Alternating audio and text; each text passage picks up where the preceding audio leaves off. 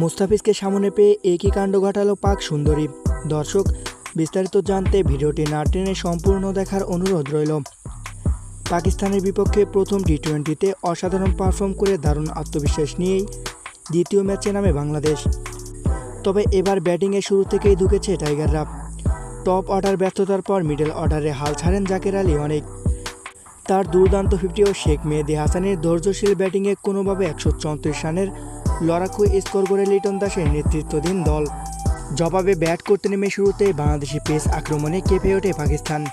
ইনিংসের মাত্র তৃতীয় ওভারে মাত্র 5 রানে হারিয়ে বসে 2টি উইকেট। স্টেডিয়ামে তখন বাংলাদেশের দর্শকদের উল্লাসে মাতোয়ারা পরিবেশ। ঠিক এমন সময় পঞ্চম ওভারে বোলিং করতে আসেন মুস্তাফিজুর রহমান এবং তখনই ঘটে এক অবিশ্বাস্য দৃশ্য। মাঠের নিরাপত্তা বেষ্টনী ডিঙ্গিয়ে এক তরুণী দর্শক সোজা দৌড়ে চলে আসেন মাঠের মধ্যে। তার গায়ের মধ্যে বাংলাদেশের জার্সি, হাতে মুস্তাফিজের নাম লেখা ও পোস্টার।